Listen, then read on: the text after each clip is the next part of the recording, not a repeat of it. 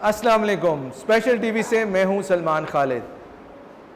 तो व्यूअर्स, आज हम एक और इंस्पिरेशनल स्टोरी के साथ हैं। हमारे माशरे में ऐसे अफराद जो बहादुरी की अलामत होते हैं, जो ख़ुद किसी मुश्किल का शिकार होते हैं लेकिन इस अज़्म के साथ अपनी ज़िंदगी को आगे बढ़ाते हैं कि दूसरों की ज़िंदगियों से उन्होंने चैलेंजेस को किस तरह ख़त्म करना है। तो मैं इस वक्त मौजूद हूँ government degree college of special education Lahore में, जहाँ पे यहाँ एक उर्दू की लेक्चरर हमारे साथ मौजूद हैं और बहुत ही इंस्पिरेशनल स्टोरी है। हम जानते हैं कि ये अपनी ब्लाइंडनेस के बावजूद किस तरह अपनी ज़िंदगी का सफ़र जारी रखे हुए हैं और तालीम जैसी एक प्रेशियस चीज़ को किस तरह दूसरों में बांटने का अमल जारी रखे हुए। तो मेरे साथ इस वक्त मौजूद हैं सबा यूनुस। अस्सलाम वालेकुम। वालेकुम अस्सलाम। कैसी हैं सबा आप? मैं सर बिल्कुल खैरियत से। आपका शुक्रिया, आपने स्पेशल टीवी के लिए टाइम निकाला। सबा, पहले तो ये मुख्तसरन बताइए कि आपका जो ब्लाइंडनेस का प्रॉब्लम है ये बाय बर्थ है? जी बिल्कुल बाय बर्थ है। अच्छा, ये कोई जेनेटिक डिजीज़ की? जेनेटिक डिजीज़ तो नहीं है, डॉक्टर्स कज़न मैरिज इसका सबब बताते हैं। ओके। तो सबा, जब आपकी फैमिली को पता चला कि आपकी इस तरह आई साइट का मसला है, तो एक फ़ैमिली के लिए यकीनन ये बहुत प्रॉब्लमेटिक चीज़ होती है। तो किस तरह से उन्होंने आपकी तरबियत की और आपको इनिशियल जो आपका लाइफ पीरियड था उसमें कौन से चैलेंजेस दरकार थे? सर, जब मेरी बर्थ हुई जी तब तो हमारे ख़ानदान में ये पहला इंसिडेंट था जी। और मेरी मदर, मेरे फादर बहुत ज़्यादा रंजीदा थे इस बात को लेकर, क्योंकि हम लोग 3 बहन भाई ब्लाइंड थे। अच्छा। और इससे पहले हमारे ख़ानदान में कोई ऐसा पर्सन नहीं था। जी।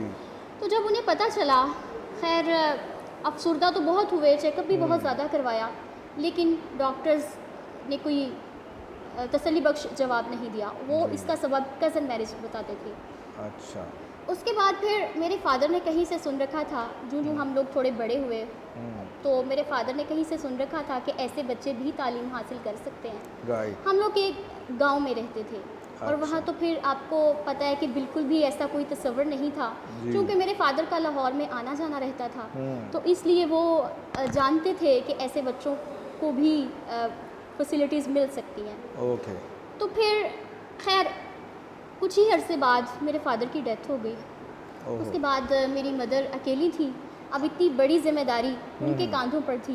बहन भाई भी कुछ ज़्यादा बड़े नहीं थे। मेरा जो बड़ा भाई था वो कोई तकरीबन 15-16 साल का था। ओके। तो खैर उन्होंने हमें तालीम दिलवाने की तरफ राग़िब किया।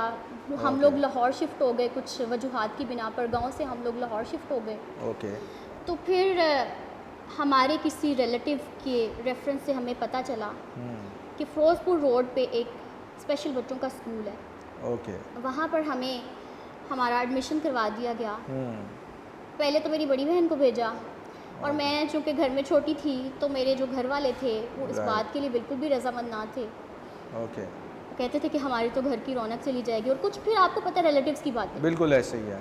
रिलेटिव्स बातें करते थे कि शायद खाने पीने की वजह से ये इनका फूड अफोर्ड नहीं कर सकते, शायद इस वजह से भेज रहे हैं। ओके। लेकिन ये था कि आपको पता है जब शौक़ और जज्बा, बिल्कुल, आपकी ख्वाहिश आपका जुनून बन जाती है ना, क्या बात तो फिर कोई भी रुकावट आपको रोक नहीं सकती। ज़बरदस्त। तो इस तरह आपका इब्तदाई तालीमी सफ़र का आगाज़ हुआ। जी।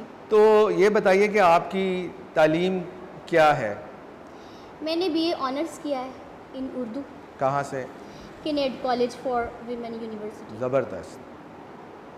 और उसके बाद अब आप उर्दू लेक्चर हैं माशाल्लाह। तो ये बताइए कि बतौर एक ब्लाइंड उस्ताद या उस्तानी कहना चाहिए, लेक्चरर के तौर पे आप अपनी जॉब से सेटिस्फाइड हैं और क्या चैलेंजेस होते हैं, या आप स्मूथली इन बच्चों को जो बसारत से महरूम हैं आप अच्छे तरीके से हैंडल करके मैनेज कर लेती हैं? सर, मुझे ये लगता है कि एक स्पेशल पर्सन जो है वो स्पेशल बच्चों की नीड्स को ज़्यादा अच्छी तरह से समझ सकता है। एब्सोल्युटली। और मैं ये समझती हूँ कि खुदा की बहुत बड़ी ब्लेसिंग है कि खुदा ने मुझे इस फील्ड के लिए चुना है और आई लव दिस फील्ड।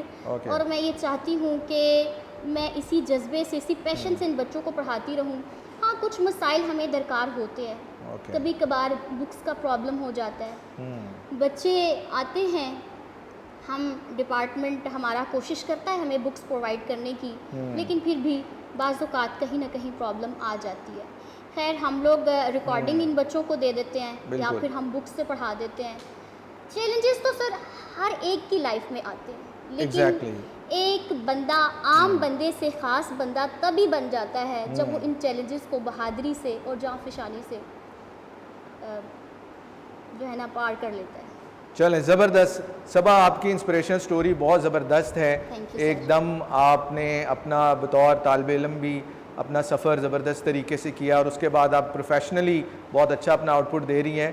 तो वक्त की किल्लत की बाइस बहुत सी ऐसी बातें हैं जो हम शायद कवर ना कर पाएँ। मैं चाहूँगा चूँकि आप उर्दू की उस्ताद हैं और उर्दू वाले लोग ये हो नहीं सकता शायरी से शगम ना रखते हों, तो एंड में हमारे नाजरीन के लिए और सामाइन के लिए मैं चाहूँगा आप कुछ अशार सुनाएं।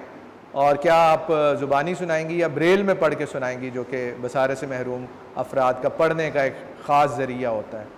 सर इस वक्त मेरे पास शायरी वाली ब्रेल बुक तो अवेलेबल नहीं है, क्योंकि ये चैप्टर, ये हिस्सा नसर है मेरे पास। चलें, आप अपने हाफजे के जी। अकॉर्डिंगली कुछ ना कुछ सुनाइए। अच्छा, मैंने कुछ दिनों पहले एक मिली नगमा लिखा था। ओके। मैं वो आपको उसके कुछ चंद बिल्कुल, अगर तरन्नुम से सुना दें तो ज़्यादा बेहतर। तरन्नुम से जी। ये था कि अभी वो कंपोज नहीं हुआ। ओके, चलें तो- आप सुनाइए।